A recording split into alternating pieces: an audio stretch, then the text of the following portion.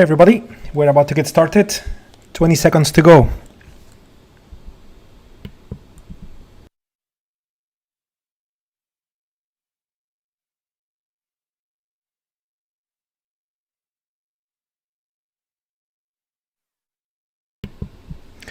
Here we go, everybody. So it's basically time to get started. So please go ahead in the comments box on your YouTube channel. Go ahead and type a quick hello. Good morning if you're in the US. Good evening if you are in Asia, and good afternoon if you're in Europe. So that way I would know that you guys hear my voice apart from seeing my screen, and therefore we would be ready to begin. Okay, so please go ahead and be kind and give me that indication so we can start. Okay, I'm just loading TradeStation here at the same time, so that way we can begin with the session as quickly as possible. Very good, wonderful. Mark, good to see you, my friend. Everybody, nice to get together as we always do multiple times a week. And today, let me load the right slide for today's session. Today we are getting together for longer term trading purposes. Okay, so longer term trading, maybe we even find an investing opportunity. So longer term means anything above and beyond intraday trading. So trades that last a bunch of hours, a couple of days, a couple of weeks, a couple of months, a couple of years. All of this is longer term. Okay, and we use a collection of assets to be able to do that, even though in recent times I had a lot of focus on options trading because obviously it's a very, very powerful asset precisely for that type of application. Okay, but anyway, so since we are ready to go, let's begin. Today is April 4, 2019. I'm not sure I said it, but my name is Jose Blasco. I'll be your guide in today's session. And before we start, as always, we need to go over a little disclaimer here, so I'll do it quickly. The following videos, clips, and demonstrations are for educational and instructional purposes only. Tradective provides this video purely for the purpose of demonstrating a method of using the product. Users understand that all the content used in the video is purely for demonstration purposes only and is not a guide and does not provide any indication or prediction of actual results. As a user, you understand and agree that hypothetical results obtained through the demonstration do not indicate in any way the results you may receive on using our products. Here we go. So disclaimer out of the way. We got our TradeStation, magic. I am activating the UFOs, flying saucers on the screen. We have everything we need to begin our session. So let's begin. So we have done lots of progress in recent times when it comes to getting organized for our trading sessions. And especially when it comes to options, we have got especially organized since we have been doing 7 sessions over the last 8 Sundays. So we did 7 sessions out of 8 Sundays where we've been talking about options, how that instrument works and how can we use it combined with the UFOs. And we started putting rules in place to be able to act mechanically, because that's the key. We want to produce consistent results, so we need to act consistently, and therefore it's mechanical. So the beauty is that in the end, we have on the right side of the screen, we have the beautiful UFOs waiting for us, but also on the left side of the screen, we've been working on putting together a collection of scans that make our life easy when it comes to identifying different types of opportunities. And in options, the first thing that we learn is that we can do trades that are directional. So we'll be looking at directional trading, either long or either short. So we'll be looking at that. But apart from being directional, we also talked about being neutral. Okay, and when being neutral, you can be neutral with a little bit of a long bias, or you could be neutral with a little bit of a short bias. And we talked about credit spreads as a strategy to be able to profit from those market situations. And then also we talked about being purely non-directional, which is beyond being neutral. You are neutral in both directions if you wish. So you are totally non-directional, and therefore we have been talking about strategies such as iron condors, which in the end, to keep it very simple, it's a little oversimplified, but to keep it very simple, it's kind of like you do 2 credit spreads against each other at the same time, and this is kind of an iron condor. Okay. So anyway, what are we going to do? Well, we're going to go over the results of those scans, because before the session started, I did click the run button. Okay, I did click the run button before the session started, and therefore all those scans have been executed. So if I click on directionally long, for example, the result I got is 3 particular stocks, where one, XLU, is actually an ETF, it's not a stock, but the other 2, KMI and TWLO, are stocks. And those stocks meet a series of conditions that make them adequate or ideal for us to plan on long trades, which in options trading is better said if we say bullish trades, because really long means that buy the option, but remember, if you buy the put, you are actually making money when the markets fall, which is bearish. Okay, so you can be long the put, but that's bearish. So even though it's quite common to use the term long, and normally everybody understands, but I just wanted to clarify this point. So what do we have when we look at KMI? Where the good news about KMI is that when you look at this chart, there is a lot of room for price to travel to the next pile of sell-on field orders. So there is potential for you to make a profit here, but the problem though is that there is also a lot of room for that stock to fall against you, and if it was to work your way, you will need to see that stock to fall and fall and fall until reaching the next UFO located at 1848, which is quite far down. Okay, so the only way to plan a trade to be directional with KMI would really be to drop to a lower time frame, such as like a 60-minute time frame. And if we were to have a collection of UFOs, green color UFOs, then we could certainly plan on a trade trying to catch the upper move. Okay, but we are not going to plan to catch the bottom move towards the downside, because remember, KMI is in our long list of stocks. And that means that the filtering process has been looking at stocks that are in an uptrend, where the trend is strong, a series of conditions that would make it less probability to plan on shorts. Okay, a different story is that when this market reaches 21, but we are not there. Okay, so let's do it. I'm gonna just drop to the 60-minute time frame to see. Okay, so I'm just inputting 60 minutes. So now it's on the upper left, it says PD, as you can see. I'm sure you have seen that before. That means pending data, which means TradeStation is now downloading all the historical data for that particular stock using intraday data, because we are building a 60-minute time frame, which is intraday data. Okay, so we're just gonna be patient here for a second, and we'll get to see what do we have in front of us with Kinder Morgan. Okay. So here's what we have. Actually, notice how we have a collection of green UFOs right below price. So it would not be a crazy thing to plan on a long trade with that particular stock because of the prior conditions that we said, and also because we have a collection of green UFOs supporting potential for that stock to continue moving higher. And it may need to fall down and maybe violate 1 or 2 of those green UFOs to finally find strong support, a strong quantity of buy on field orders hitting that stock hard enough to push it back up. Okay, and this is a likely situation given all the conditions that we have on the scanner, and the green UFOs are giving us information about the timing or the likelihood of what the scanner is looking for.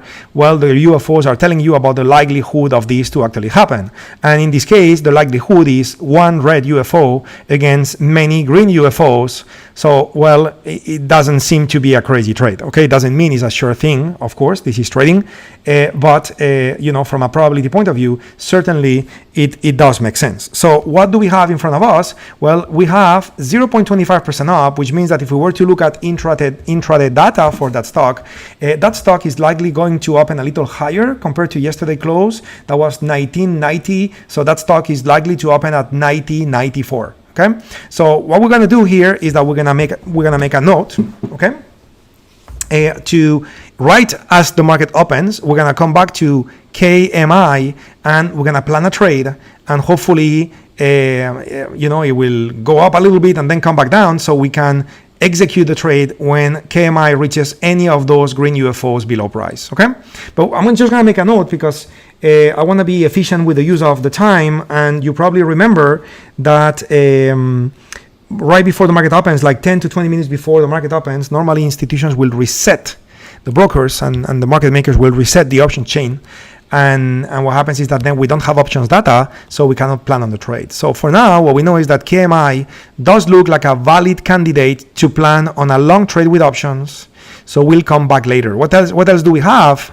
Well, we have TWLO. So I'm going to look at this in the daily time frame. This is where we start. because the scanner is also a daily time frame. And by the way, you guys feel free to interact on the comments box, or if you have any question or I go too fast, you guys let me know, because you're a little quiet today, which hopefully means it's all good. But just in case, know that anytime you can go ahead and ask your questions. Okay, so TWO, we have a similar setup, uptrend, nice one. I mean, we know it thanks to the scanner, but let's take a look at the 60-minute time frame, because again, in this case, we have no green until we reach 107.27, and that is pretty low because the current price is 129. So if we're gonna find buy orders at 107, that's a bad thing. So we're gonna have to zoom in a little bit in this market to see if we have a significant amount of green anywhere close. And notice the big difference between TWLO compared to KMI. Notice how, yes, we do have a green UFO right there, but it's only one compared to KMI, where we do have multiple green UFOs overlapping each other, okay, and putting on the side that that stock is producing 58.99 UFO performance stats, where TWLO is giving us 49.87, which I'm not saying it's a bad thing, but it's certainly less. So on top of being less, you also have less of the green UFO. So basically what I'm saying is that I'm just gonna forget about TWO. KMI looks like a much better trade, and that's the one I will be planning later on. And what I'm loading now, I just clicked on XLU, which is the next symbol that we have for longs.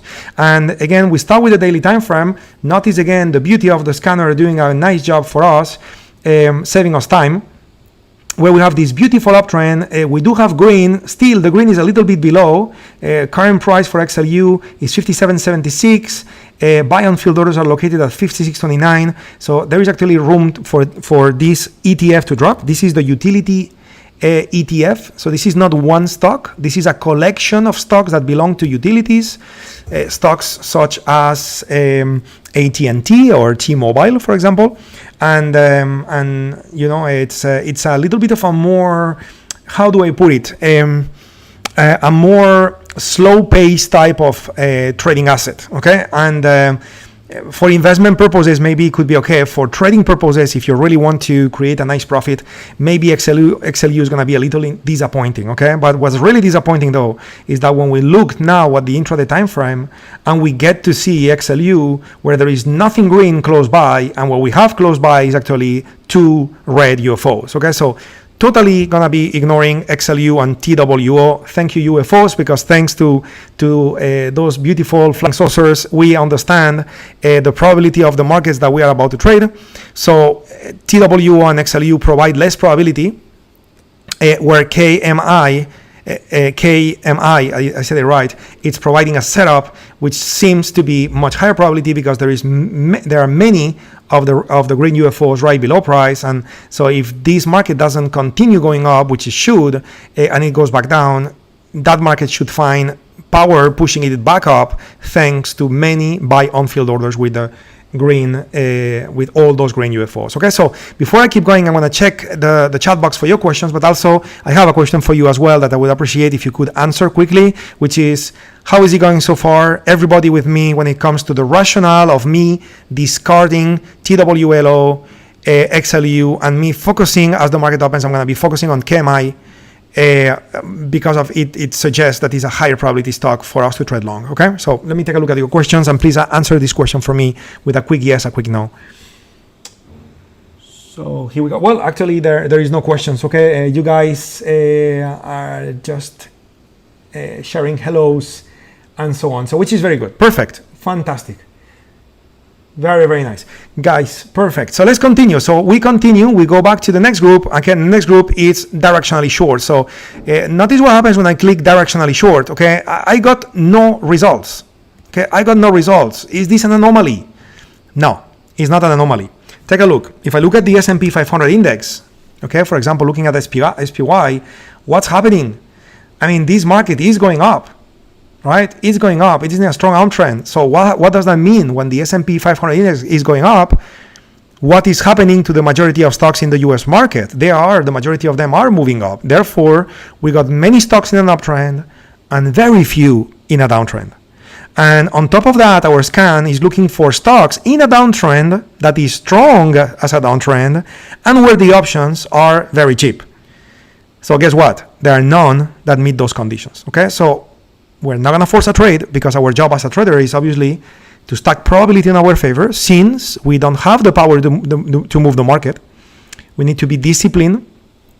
We need to be diligent, we need to be decisive, we need to be many things, but we also need to be humble enough to understand the market is bigger than us, and when the market gives us a trade, we take it, and when the market doesn't give us a trade, well, we look for another type of trade, another market, but we should never ever force a trade, because we are not Goldman Sachs, isn't it? We don't have the power to move the market ourselves. So we need to be respectful of that, and even though it could be a little disappointing to have an empty list, it's actually very, very good, because that means that you just saved a lot of money by getting short stocks you should not. Okay, so what do we do next? Well, we go for the next list, where now we are looking at stocks that are neutrally long.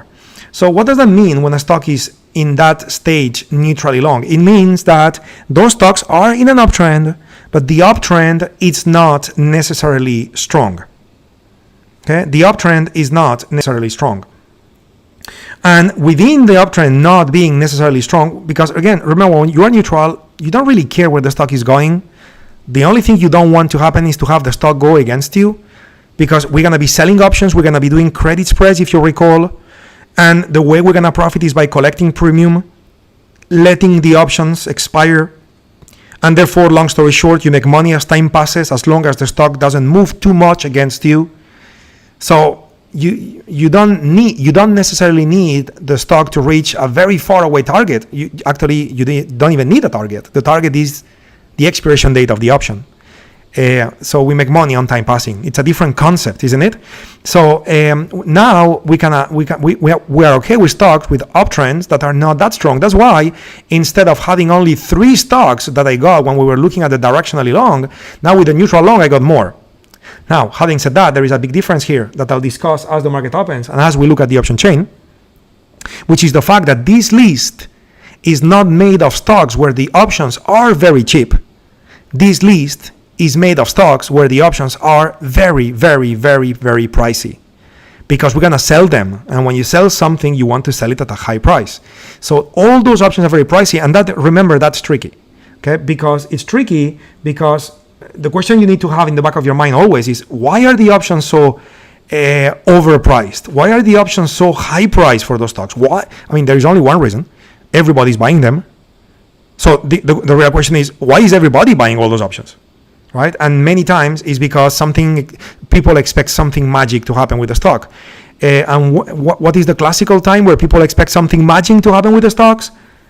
Earnings. Many people will be looking at the earnings results and they will be like, oh my God, this company is doing amazing. When the results are reported, the stock is going to gap 10% up. I don't want to miss the move. Let's buy options. And everybody goes crazy buying options. What happens to the options? They gain a lot of value. They become very pricey. So the idea is to sell those pricey options to people that are buying them out of hope, right? So you now have a hopeful trader trading against an AutoUFO trader, right? So you have the AutoUFOs giving the odds in your favor, where the other guy is trading based on hope. While you're likely to win, the other guy is likely to lose. But again, we got to be careful as well, because even though what I just said is absolutely correct, we also need to be, as I said before, we need to be respectful of the marketplace, we need to be humble, and let's face it, when a stock report earnings, what may happen, and that's the reason for the gaps, is that institutions, they remove the on-field orders they had in the marketplace, they just cancel them, they take them out, and if they take them out, what's going to happen now? Well, you have a gap, right? And therefore, your UFOs in that case will work with less performance than expected. Why? Because of the earnings report. So, I mean, I said that in the past, but I wanted to rephrase it because this is critical to not to get you in trouble. And therefore, the first thing that we do when we do credit spreads is to load the symbols. I'm starting with AGN. We load those symbols with a website such as briefing.com. And notice what we see here. We can see that the earnings reports, it's April 29. So April 29 is fine. Okay, no problem with April 29. I'm okay with April 29. Why? Because I can sell options that expire in a week or 2 or 3, and April 29 is still after that. So I can certainly run a trade without getting into a position where I am assuming the risk of having a gap against me, because The earnings date is happening in the middle of the life of my trade, right? Because the options haven't expired yet. So that's what we do, and I'm gonna do it quickly. DHI. So we load the scan. So that's April 25. That's good too. What about EA? So EA is giving us May 7. That's good too. It's a date far away. IEF. So what do we have here? Actually, this is an ETF. So there is no earnings. LQD. Okay, what is LQD? So it's another ETF. What about MO? April 25, good. That is a date further out. So NLSN, Nielsen, April 25, that's good. What about PCG? So here's PCG. PCG, that is, we don't know. Okay, we don't know. It's not showing here. Okay, so if you don't know, we are not gonna take the trade, because now you are hoping for the best. Okay, and that's a form of gambling, so we don't gamble. We are professional. So we go for the next one. So we will ignore PCG, even though it's in the list, we'll ignore it. April 18. Well, April 18 is a little closer. Okay, we may have a trade here, but we need to be just a little careful, because April 18, it's only 16 days from now, if I'm doing the math right. What about PPL? So PPL, it's May 2nd, that's good. TLT, which is the next one, I'll skip it because it's an ETF. VOD, that's Vodafone, and we don't know. So because we don't know, we're gonna skip it, okay? No need to plan on a trade, hoping for the best. We got many ticker symbols. We're gonna be able to plan many good trades. No need to hope for the best in one of those trades. And finally, WPM, it's May 9, so that also qualifies as a valid possibility. So now, we now know that out of this list, only two need to be discarded, which is PCG and VOD. So what are we gonna do? Well, let's load the chart, okay, and let's see what we have. Well, we have red here, and the green is very far down. I'm not super excited about that. I mean, we could look at the 60-minute time frame, and we will, unless I find something better. With DHI, it seems to me that the red is further and the green is closer, so I would be more inclined to do DHI, but I'm still looking for a better one. Definitely not EA. Look at how much red and only one green. So what does that mean? That even though in neutrally long is okay, well, yeah, you may have a strong push to the downside, and then you may end up in trouble. Okay, so what about MO? So with MO, MO it's 53. I mean, the current price, the price here shows as 53.98 on the right side, but you have to look at the pre-market price as well, which is 54.45. This is going to be more or less there. Okay, so good news, we are further away from the red, and we got multiple green UFOs. Okay, so between, for now, my preferred pick out of all the charts that we saw was DHI. DHI is a stock which is $41, and I'm kind of in the middle of nowhere there, where MO is a little bit of a higher price stock, is 54, and I am closer to the green and further away from the red. Plus, I got 3 green instead of 1 green. So for now, I changed my mind, and going from my preferred pick being DHI, right now my preferred pick is MO. Okay, so let's keep going through the list. Okay, no need to decide that we're gonna do MO. We can still look for more. So yeah, that one, it's a little bit too much in the middle of nowhere and very cheap, $26 per share. So we said we're gonna skip PCG. So I'm looking now at Philip Morris. Well, it's actually looking great in the sense that we have plenty of green. And you know what? MO and Philip Morris are two guys that I'm going to be happy to analyze after the market opens in 7 minutes, because Philip Morris got so much green. So, it may go against us for a little bit, but ultimately it should really start moving up, and therefore it's okay to be neutrally long. PPL, what do we have with PPL? PPL, nothing at all. Okay, the green is so far away and the red so close. What about, we said we will skip VOD, and what about WPM? So WPM, we'll pass. Okay, $23 stock. We are in the red. There is green, but we are closer to the red, further away from the green. So we will pass on WPM. So basically, what I concluded out of looking at this list, and guys, I'm going over the process like I do for myself when I trade. I'm just opening up my thoughts, so you get to understand how I'm thinking as I go through the list. Okay, so hopefully this is helpful while we are getting prepared for the market open, because the moment the market opens, we'll plan the trades and we'll execute them. Okay, so we're gonna move now into neutrally short. Out of this list, I have selected MO and PM, and I will come back to prepare the trades in a minute. So I want to take a look at the list as well, because at the questions, because you guys are commenting on a few things, and I want to give you right answers. How are you, Chuntan? A pleasure to see you here. Nice to see you. Yes, Wayne, the numbers in the blue bracket, absolutely, very good question. The UFO performance stats, if that's okay, since right now I'm a little bit in a rush to get to validate the symbols I want to trade before the market opens. If that's okay, Wayne, if you don't mind to remind me of that question towards the end of the session, I would be delighted to talk about it then. But in the meantime, if it's okay, I would like to give priority to identifying the trades. Okay, Mark. Yeah, PG&E just declared bankruptcy. Okay, yeah, very good. So we did well discarding that from the list. Okay, so yeah, that's good. And yeah, Mr. Ed, there are multiple videos talking about the criteria that we have been putting together in the scanners during those 7 sessions I commented earlier that we have been running over the weekends on Sundays. So you can certainly use our YouTube channel. Okay. And you can certainly go ahead there and watch all those videos. Okay. By the way, simply because you run the scanner at a different time I run the scanner. Okay. And that's what it is. Or it could be as well that I have access to TradeStation with full market data for all exchanges, and maybe you are using you have subscribed to market data for only some exchanges. For example, maybe you are only receiving data for the BATS exchange or something like that, and therefore the prices that you have for the stocks on the scanners are very slightly different than mine, and that could create a little bit of differences. Remember, during pre-market hours, market move, and all those things. So that could be the reason. But I would say that many of my symbols, you should have them, and maybe we have a little bit of a difference, of very few symbols.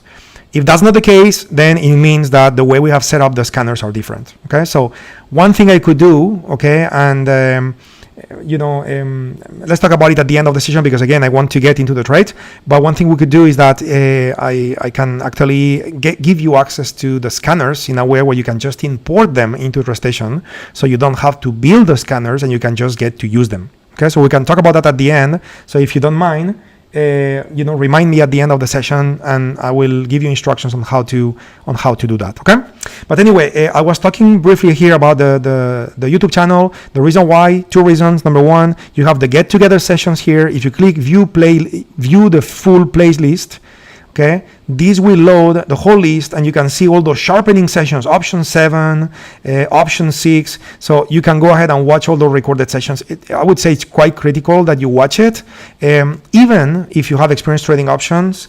And I know some may be a little too basic if that's the case, but at the same time, if we're going to be working together in the get together sessions and trading together and putting our money in the market together, I think that we should speak the same language, right? And I think it would be healthy that you guys go over the sessions if you miss them. Okay. And the other thing I wanted to comment about the YouTube channel, since I have it here very quick, is everybody, please. Okay. And by the way, do it now.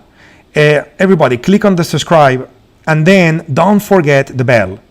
Okay. Don't forget the bell, because we have cases of some of our guys that you are subscribed but you didn't click on the bell, and then maybe we are posting a new video or something and you don't get notified, which is a shame, especially not only now, but as we're gonna be adding a lot of tools, and everything will be available on YouTube, which means that it'll be handy for you to be alerted. Okay.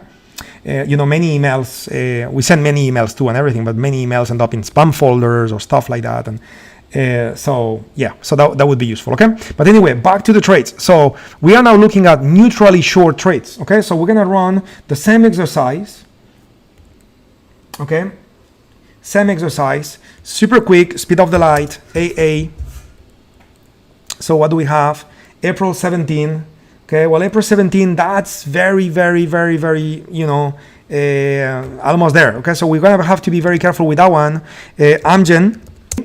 What else do we have? Okay, so the filtering process, I'm gonna stop it here. So what you could do is do what I'm doing, which is go over the whole list, okay? Or if you are a little more experienced or a little pickier, or both, then you would know that some of those stocks present great liquidity conditions, where some of those stocks have less quality when it comes to their liquidity. They are less tradable based on liquidity.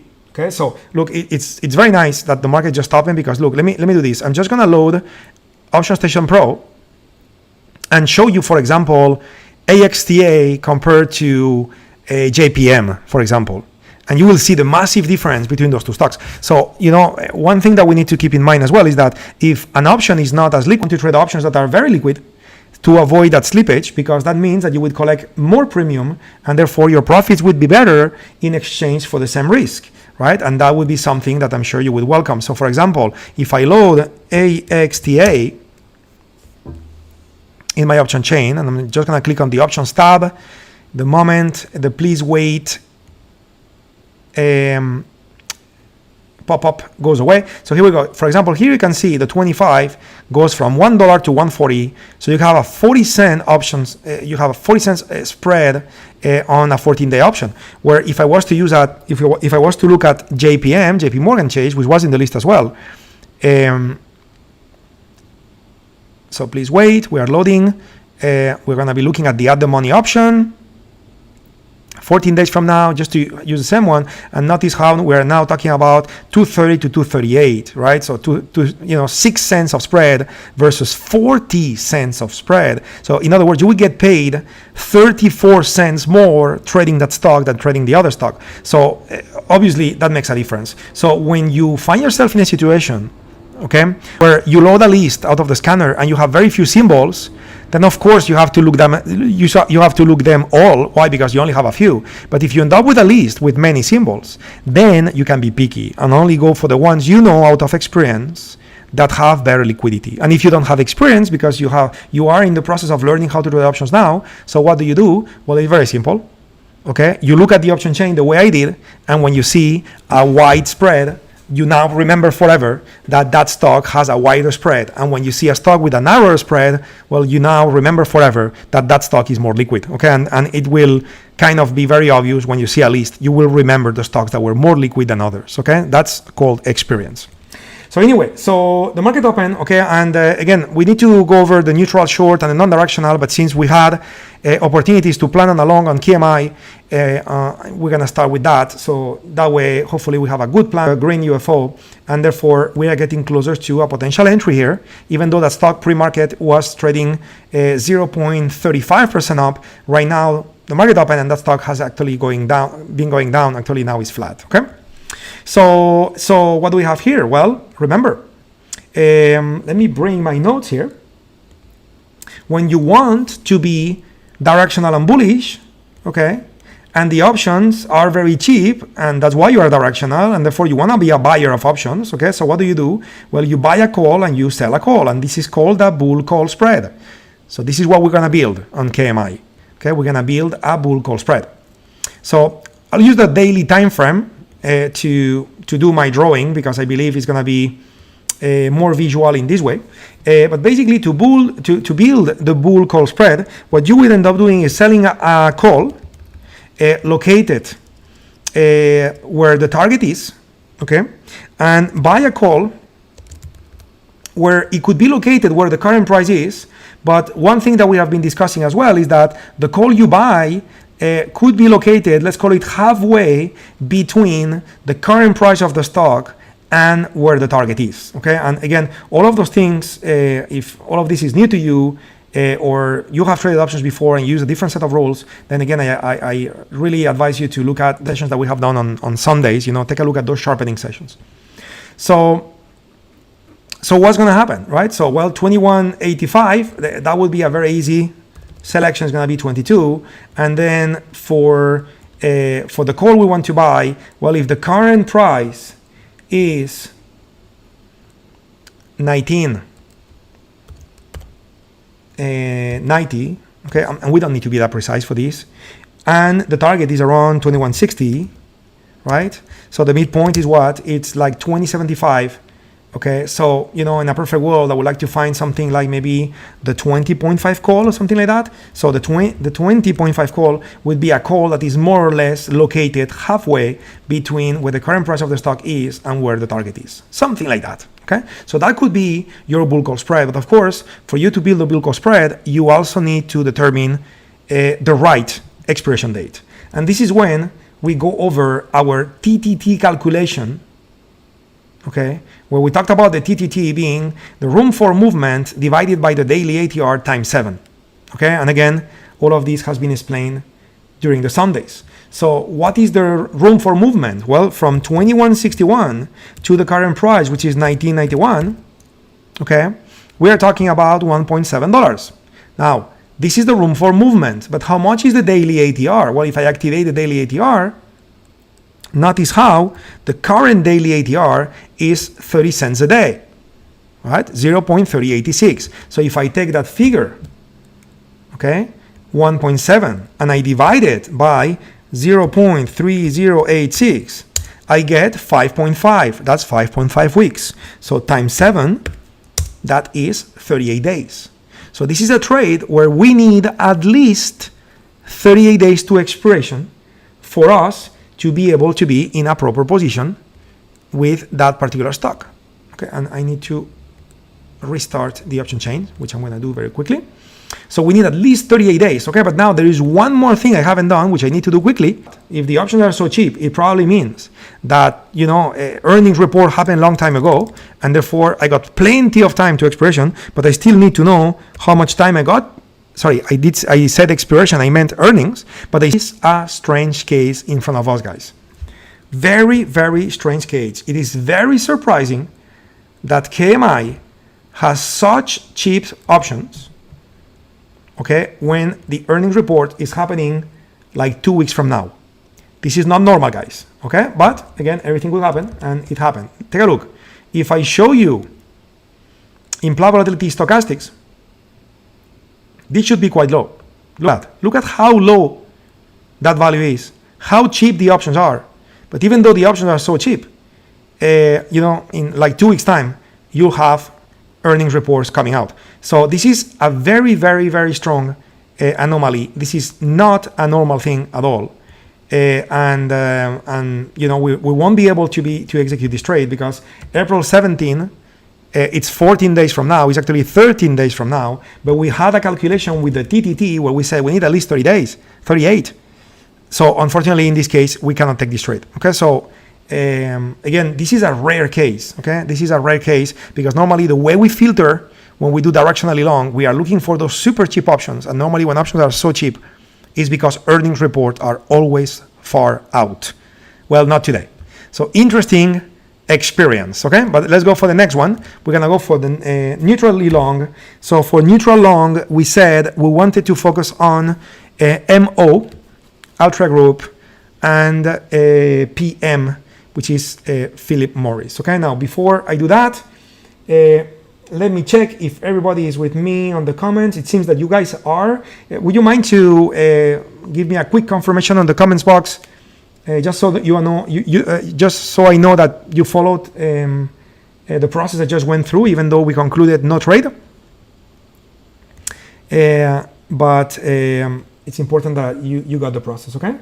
So it would be very good if you could confirm that to me, guys.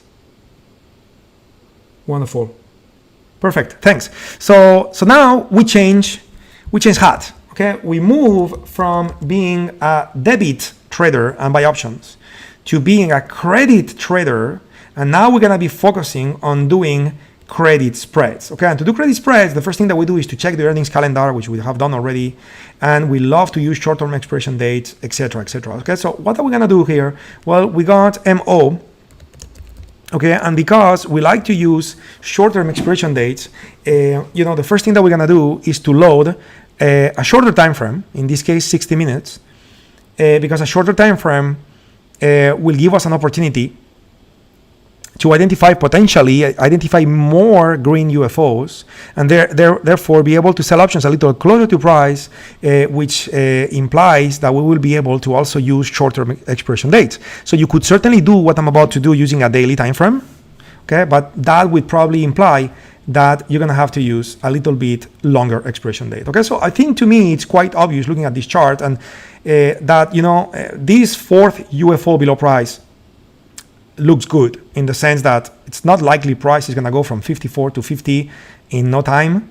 Okay, maybe I'm being a little too conservative actually with this plan, but anyway, let's try, because if a conservative plan works at first, it's a good thing. But before I do it, take a look at the number 50%. If I switch to pre and post market data, what number do we get? We get 59%. So hey, wait a minute. The pre and post market data with Altria Group is actually more impactful and relevant compared to the post market data. Okay, sorry, not the post market, the market hours data. So what are we gonna do? Well, I mean, funnily enough, we ended up more or less in the same place, because I'm looking at this place below this green UFO. I'm looking at this place like a place where this market, this price, okay, a place on the chart where this market may come here, okay, but I don't think it's gonna happen in a straight line in no time. For the market to arrive to this place on the chart, okay, probably it would take some zigzagging, some stuff going on, up and down, until finally one day we get there. So I will be curious to see two things. Number one, refresh my memory about MO on. I have the option chain in front of me now, and funnily enough, the maximum, so we're gonna have to go for April 18. Okay, and when we look at the 50, well, unfortunately, we get paid too little. Okay, we get paid too little if we get that conservative. That was my point earlier, that if I get that conservative, I may not get paid enough. Okay, so we cannot do a trade, because if I was to sell the 50 put, which again, to do a credit spread, just to be visual, okay, to do a credit spread when you are directional, non-directional, so you are neutral and bullish, okay? What you do is you sell a put and you buy a put. And again, if you sell the 50 put, you saw here, even if I use the longest expiration date as possible, given the dates for earning, which is 25, so I'm using 18, notice how I get paid, the midpoint is 17. So that's crazy cheap, okay? And therefore, if I buy one against, now I pay 15, so I end up with 2 cents of credit. Obviously, this is not gonna work, okay? So the only way data, let me say it again, if I look at market hours data, actually is not one UFO, is actually 2. So what would happen if I look at the 52s? Okay, if I look at the 52s, well, I'm still quite disappointed, to be honest. I get paid 35 and 27. So what's happening with that stock? Well, let me tell you what's happening to that stock. That stock, since the market opened, that stock went up 1%. And because the stock went up 1%, everybody is getting calm. Everybody who bought already bought. And therefore, the reasons why those options were so expensive, because everybody was buying them, well, no one is buying them anymore because everybody's in the move already. So basically the price of these options is dropping, and therefore we are not getting premium enough. So what am I gonna do? Move to PM. Philip Morris, let's go for it. So reminding myself very quickly, I need to look at April 12th. Okay.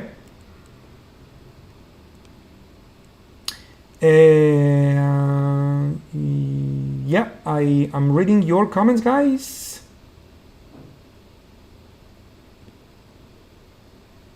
Let me see.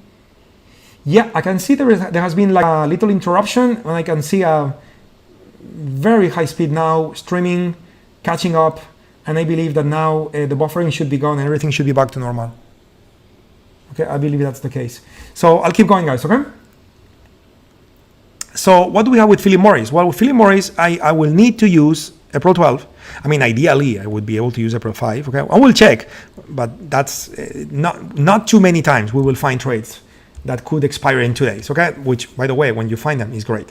So what do we have here? Well, let's look at those two green UFOs, for example, okay? And let's pretend I was to sell options level 8173. Again, before I do it, let's look at pre and post market data, remembering that 54, it's the performance metric I got with regular market hours. So if I look at pre and post market data, I get 51, which is less. So I'm gonna discard pre and post market data. Okay, so I got 81.5 basically would be the options I would want to use. Okay, and this is really surprising. Things are getting very quiet in the market, guys. This expiration date would only pay you 13 cents, which is not gonna be enough. Okay, not gonna be enough. The VIX is going down. The S&P is going up. I suggested, because the market condition may change, gain value. Okay, so this is something for you to watch. Okay, so what about being neutrally short? Okay,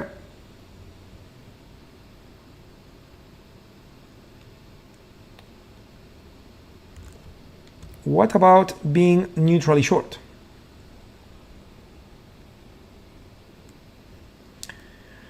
So to be neutrally short, I am now loading the next list.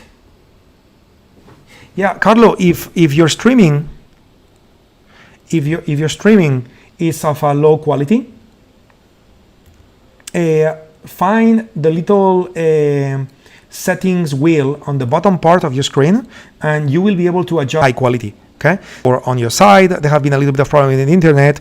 YouTube is intelligent and it adjusts to lower, less quality on your screen. Okay, so you can move this back manually by looking at that little settings wheel in the bottom part of the screen. Okay, so make sure you do that.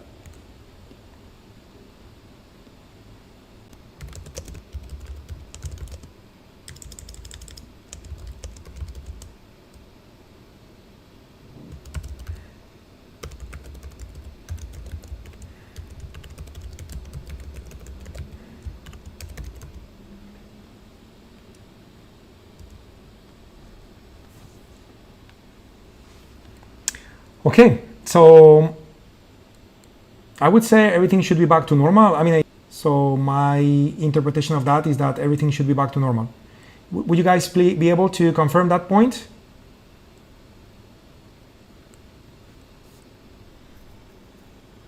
Good.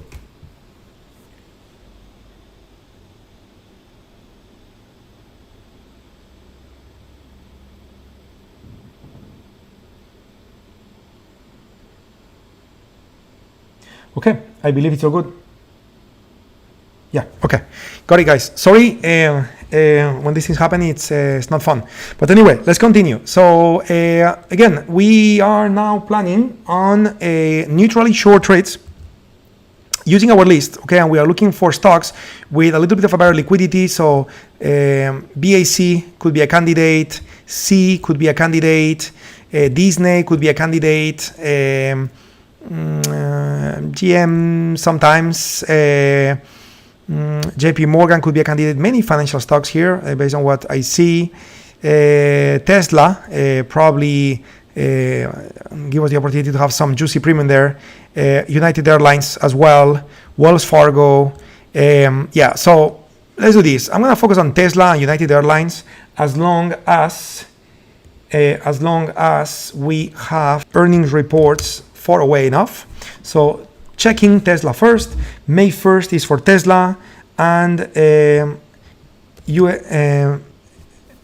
UAL would be April 17. So April 17, it's quite close. Quite close. Let's take a look. Let's begin with UAL, okay? And then we'll go for Tesla, because we may have a little bit of extra premium with that stock than Tesla, because the earnings also have significant amount of red. So pending data,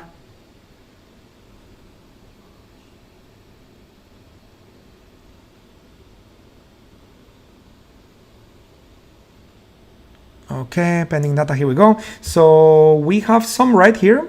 51.4% is the performance metric On regular market hours, pre and post market is 41.82. So obviously 51 is much better, so we're going to use that one.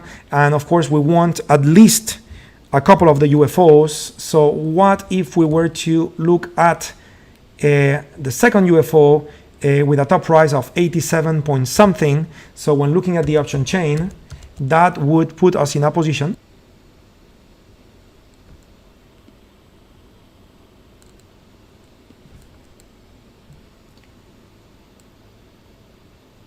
so it's loading.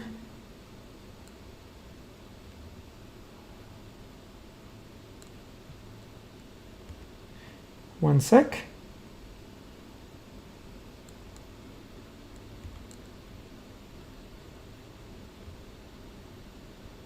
It's taking a little bit of time here. Okay, I'm not sure if I clicked the button correctly or not. So the option chain is loading, so we should have it just in a sec. And we'll be able to look at the 87.5. Okay, so now we're going to be looking at calls, because remember, when we plan on the bear call spreads, okay, now we're going to be selling a call and buying a call. Okay, so selling a call and buying a call. So the option chain that is loading behind the Word document, what we care about it is going to be the left side, which is the call side. We will not look at the right side, because the right side is the put. Okay, so again, that stock has earnings on the 17th, so we're going to have to use the 12, and we're looking at the 87 point something. I mean, it's not too bad. It's not too bad, but unfortunately we don't have 87.5. We only have 88. So let me take a look at the chart again.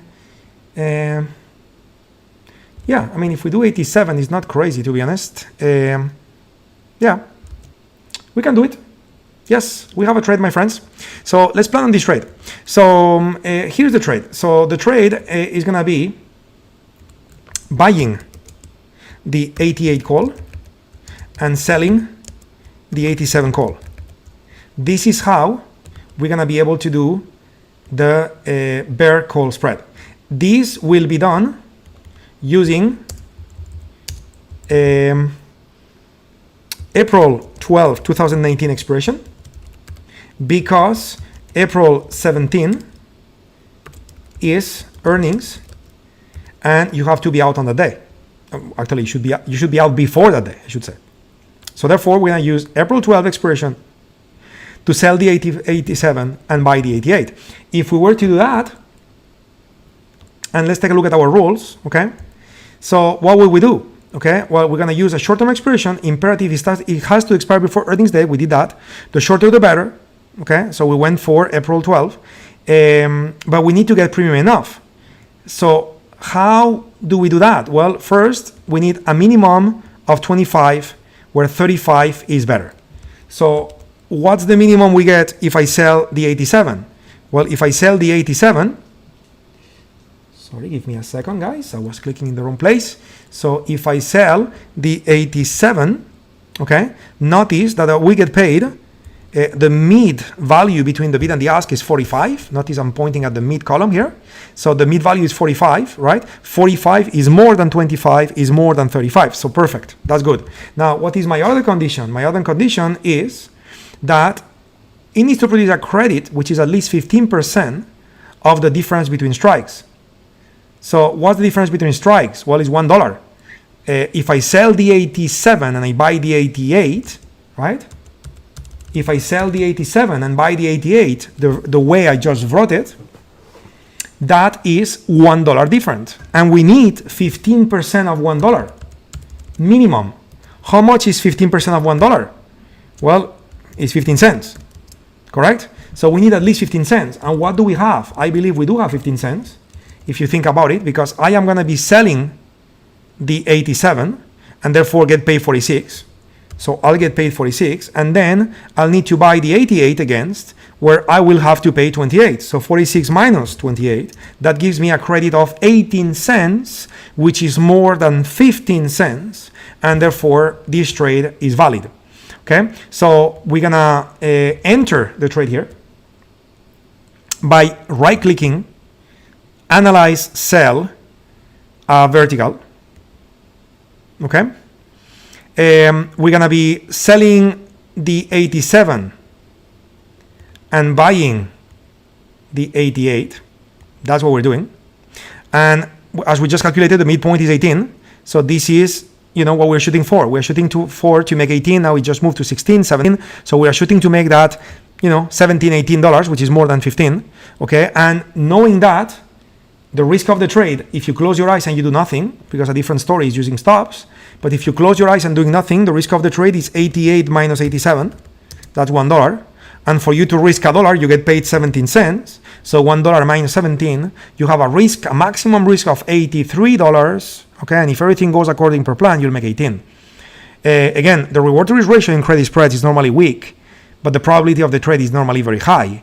So it makes sense to have some credit spreads in an account combined with also debit spreads, which today we didn't find any. Okay, but if you do that every day, you find debit spreads multiple times a week, right? So whenever your account needs it, and by the way, someday we'll get into very advanced lessons, guys. In when we do sharpening, actually we'll do something even more advanced than sharpening. And we'll get into portfolio management. Okay, apart from managing one trade at a time and knowing the risk per trade, we'll talk about what if you have multiple trades running in the account at the same time. Okay, how do you know how many credit spreads you need? How do you know how many debit spreads you need? How do you know how many bullish or neutral trades you need? How do you know how many bearish or neutral trades you need? And we'll put numbers into all of these so you will know exactly how many positions to take. At this time, at this point, after spending some time since November last year going over content and understanding how the markets work, what I can tell you is that this trade got $83 of risk. Okay, so if you were to tell me, hey, I'm okay risking $200 per trade, okay, and every time you take the trade you're risking 83, well then you can do this twice, right? So you would do 2 spreads, which means that you would sell 2. So you sell 2 of the 87, you buy 2 of the 88. Okay, and how will you do that? You would just come here, click trade, okay, and then you would just input that mid price, which is 19 right now, okay, and then you would just place the order. Okay, in my case, just to get the trade filled, I'm just going to use a market order, which is going to give me a worse price, but it's okay, and I'm just doing it so you see it. So I click yes, and now the order has been filled, as you can see in the bottom part of the screen where it says here filled. Okay, so I have this trade running on the account, and obviously some of you also trade options or have options accounts, and if you feel like taking this trade, this is your time. Obviously the decision about, am I going to use real money, is it going to be paper money, is it going to be a big size, is it going to be a small size, all those decisions are going to be yours. And we'll be talking about risk management more and more the more time we spend together, okay? Especially not only risk management per trade, but also per portfolio, how to manage a portfolio, which is critical, okay? So I will minimize this little window, so sometime in the future, we could do a session to review those trades and learn from it and so on, okay? This trade. What else? It's 10:03, and therefore it's getting close to the time to conclude our session, right? But before we do that, very quickly, I would like to see if maybe we have an opportunity for a non-directional trade as well. And I remember earlier looking at Tesla, so maybe Tesla is going to give us an opportunity for a non-directional trade. Well, Tesla is down by 9%. Why is that? So let me see if we got any information. We got no information here. Oh, wait a minute, I'm still looking at UIL. Not necessarily a very bad news for us. Higher time frame, for example, daily. So when looking at Tesla, we have this particular green UFO at this level.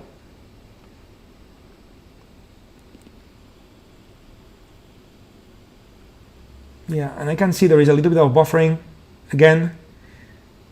So let's be patient with it, guys. If it's buffering on your side, let's be patient, okay? Because I need to conclude the session, so I want to rush into this a little bit. So what do we have here? So we have green UFOs located right here, which is 233.91. And then on the red side, the UFOs are very far away. But if I look at the 60-minute time frame, as I was looking before, we actually have a red UFO right here. Okay, right here is a red UFO. I want to look at pre and post market data too. So we have 51.47. We have 48, in the pre-market. So it's less relevant. So I will ignore the pre and post market. Okay, but if I go, basically what I have is Tesla is more or less here. So it's kind of more or less in the middle between 296 and 233. And I would expect the options on Tesla to be getting quite pricier today. Maybe I'm wrong, so let's check. I'm just gonna load the implied volatility, which is pointing at 38. And I want to look at Tesla options. Give me a second, guys.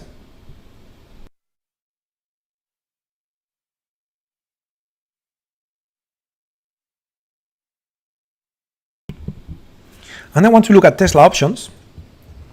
I want to look at the option chain actually. So let me load it.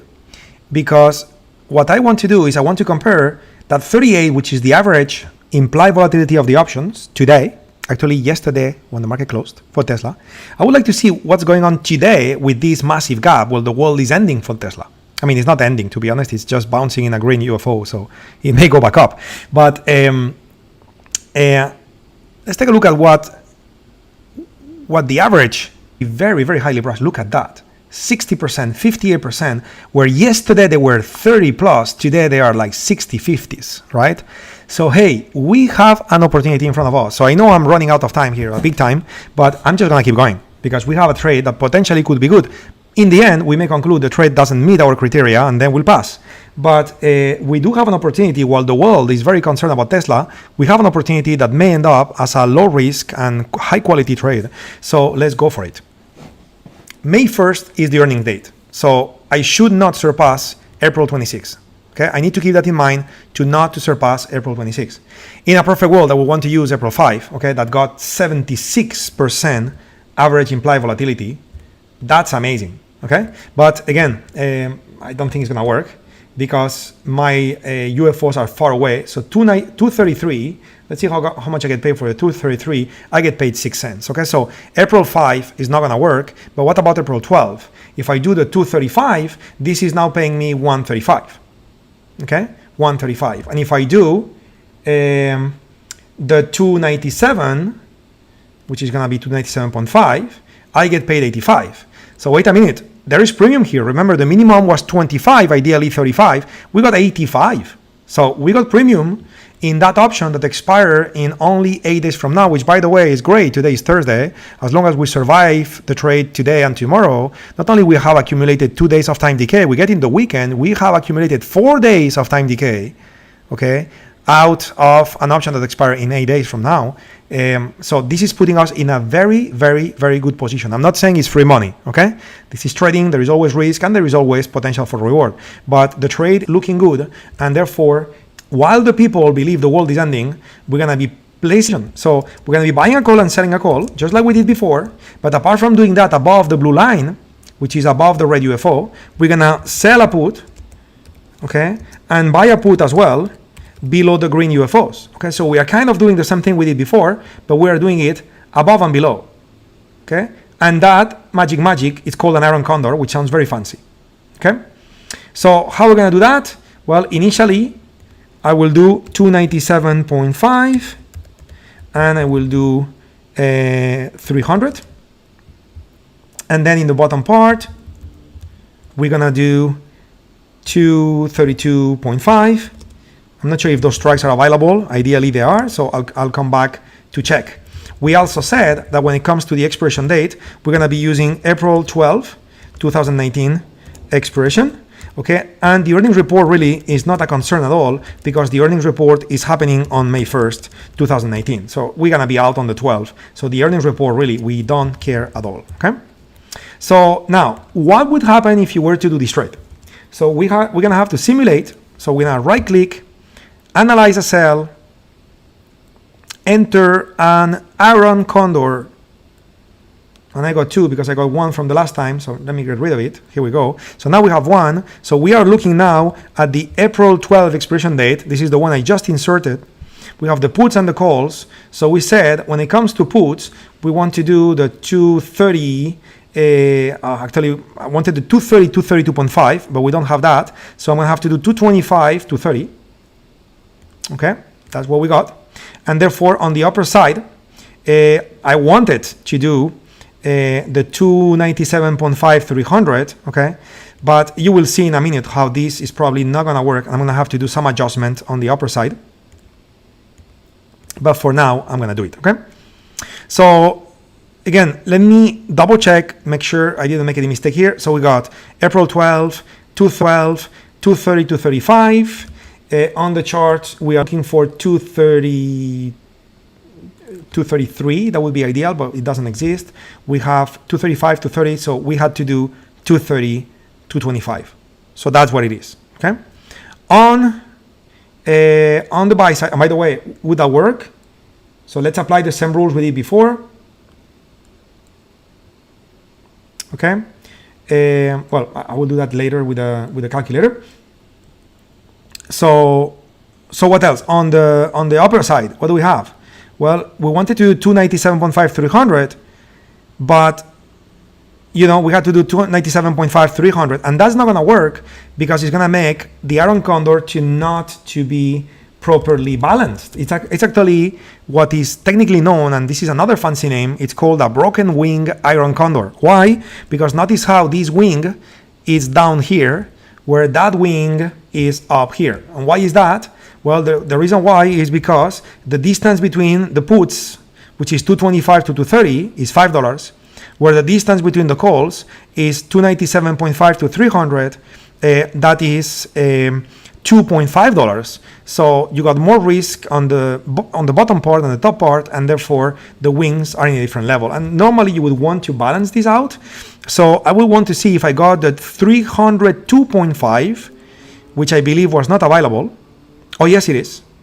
Yes, it is. So I'm going to do 302.5.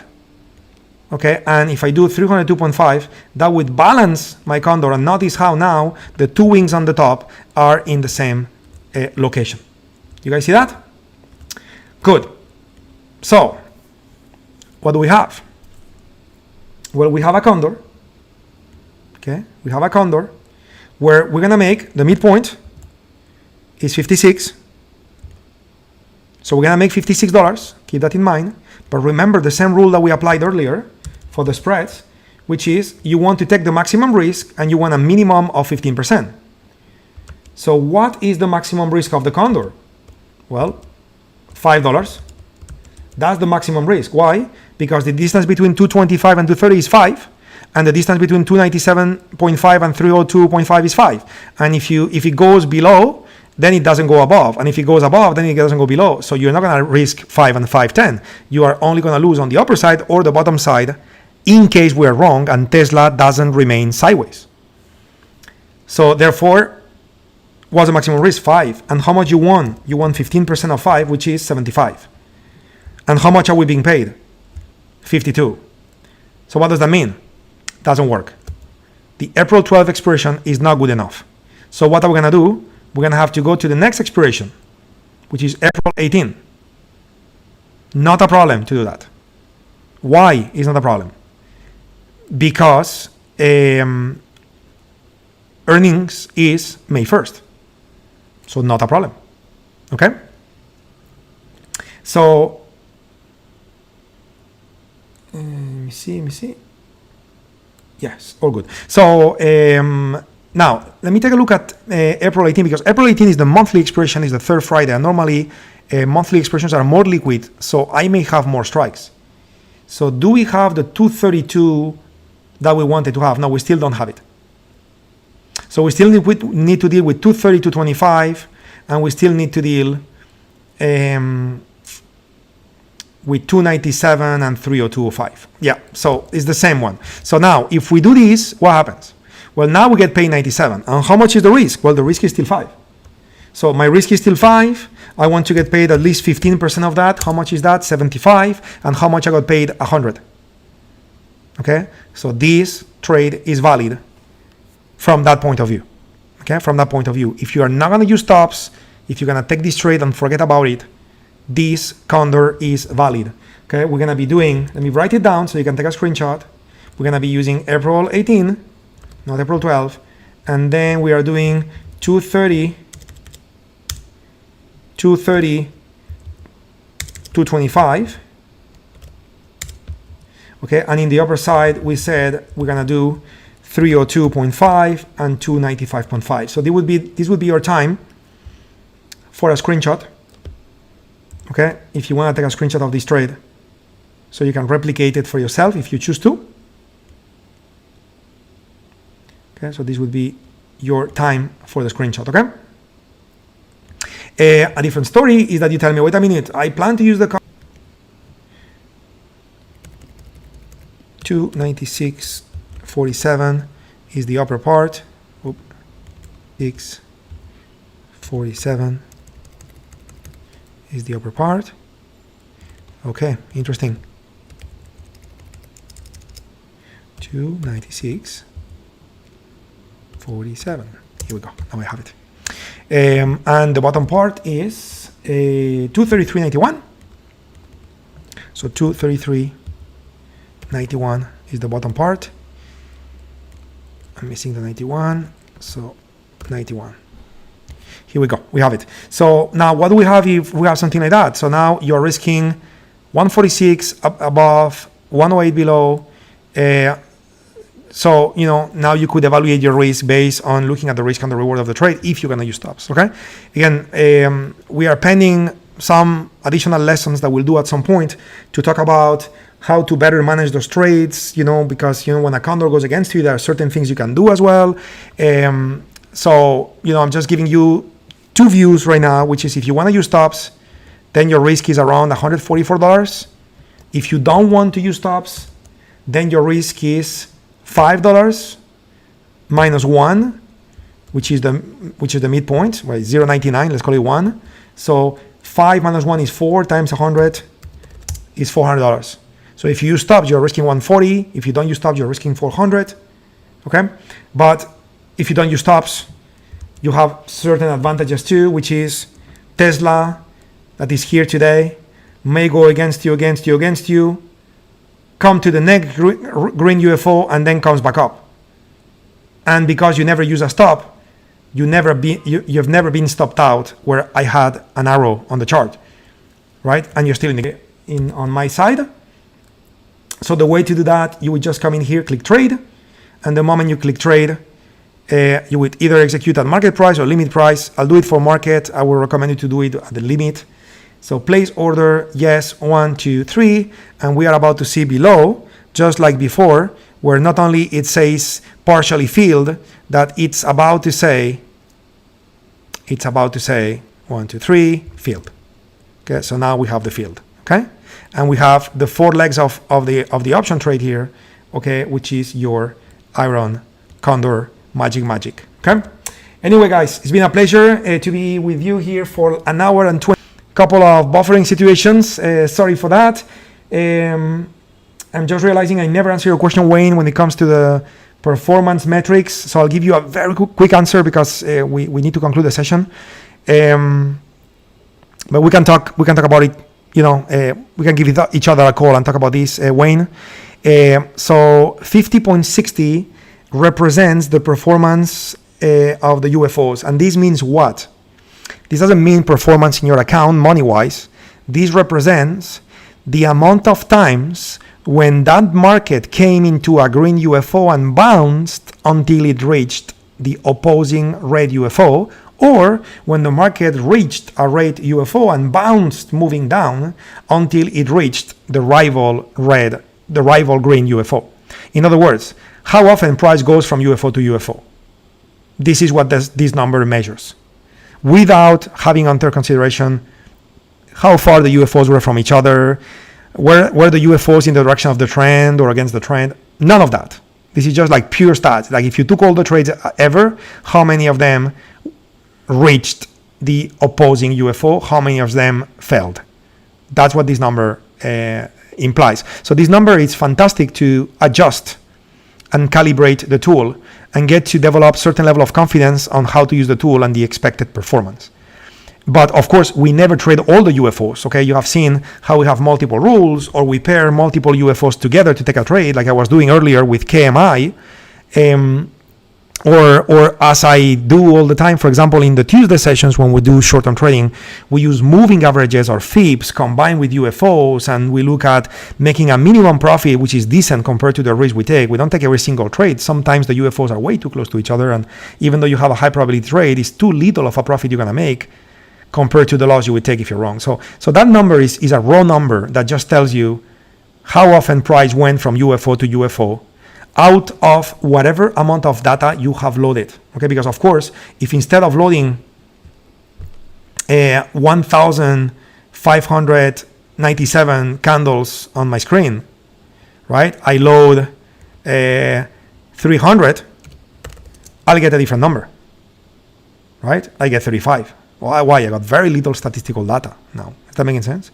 Plus, this is a stock. The daily time frames of stocks normally are not the best. Okay, if the euro, and I was to look at the 15-minute time frame. Okay, so now with the same 300, well, actually I got 1,500 candles now. I got 64%. But if I was to switch this to 300, right, it's gonna change the number. Much less, because it's the euro, it's 24 hours, it's not a stock, okay?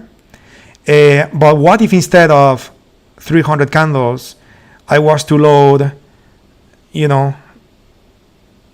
whatever, 800. And instead of last date being April 4, 2019, I was to make the last date to be April 4, 2015, right? So what would have happened if I was using the UFOs 4 years ago? Okay, so now you just need to wait for data to be loaded, and then you will have this value to be calculated for you automatically, which again helps you to calibrate and helps you to see how consistent the tool is, which is going to help you to build confidence. You see, we are now again in the 50 pluses, the 60s. This is where normally you will find the values. Okay, and then you can play with the calibration settings to get the greatest stability as possible. And once you get there, normally you don't change this ever again. Right? It's going to be your preference. And then you leave it like that, and that's it. Okay? So that performance metric, remember, is a raw calculation, Wayne. Okay? But again, we can talk more about that. And let's do this. Two things before we conclude the session, guys. Number one.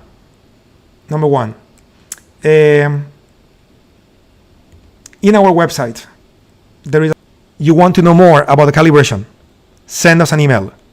Because we will send you, as a reply, 2 links to 2 videos with specific minutes within that video where I spent a lot of time and detail explaining calibration to a very deep level. So if you want to know that, get into tradewithufos.com/reach, send your message either using an email or the form, and we'll get back to you. Second comment. Earlier at the beginning of the session as well, you were asking about the scans. I forgot to talk about these too.